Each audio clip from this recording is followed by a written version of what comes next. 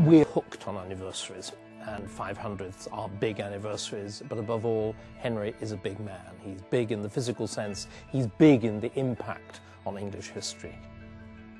Henry VIII is the only king whose shape you remember, and the fact you have this extraordinary image of him imposes him on the national consciousness, on the universal world consciousness. I have the great fortune in writing a book that I'm also making television programs in the same area and doing an exhibition. And what they do is illuminate the history in different ways.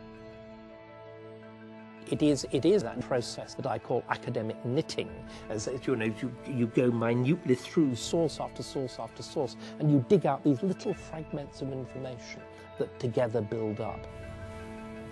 So this is what we've chosen to show the sponsor, and I suppose it's the cream. Yes, I want to give a flavour of the different sorts of documents we're going to be including in the exhibition. Heraldic, yep.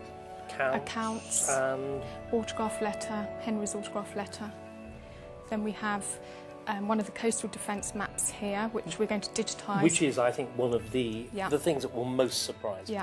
Yeah. Stunning. He's not simply the Henry of executions, of wives discarded and so on.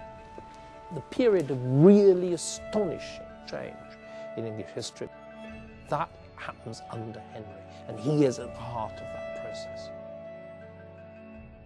He makes us a different country. He makes us Protestant. He invents the idea of England as a separate nation. In fact, he invents England full stop. It's an extraordinary thought that 500 years ago is Henry, about 400 and odd before that it's the Norman conquest, and Henry stands in the middle of our history. He's ideally built to be an axis round which it turns.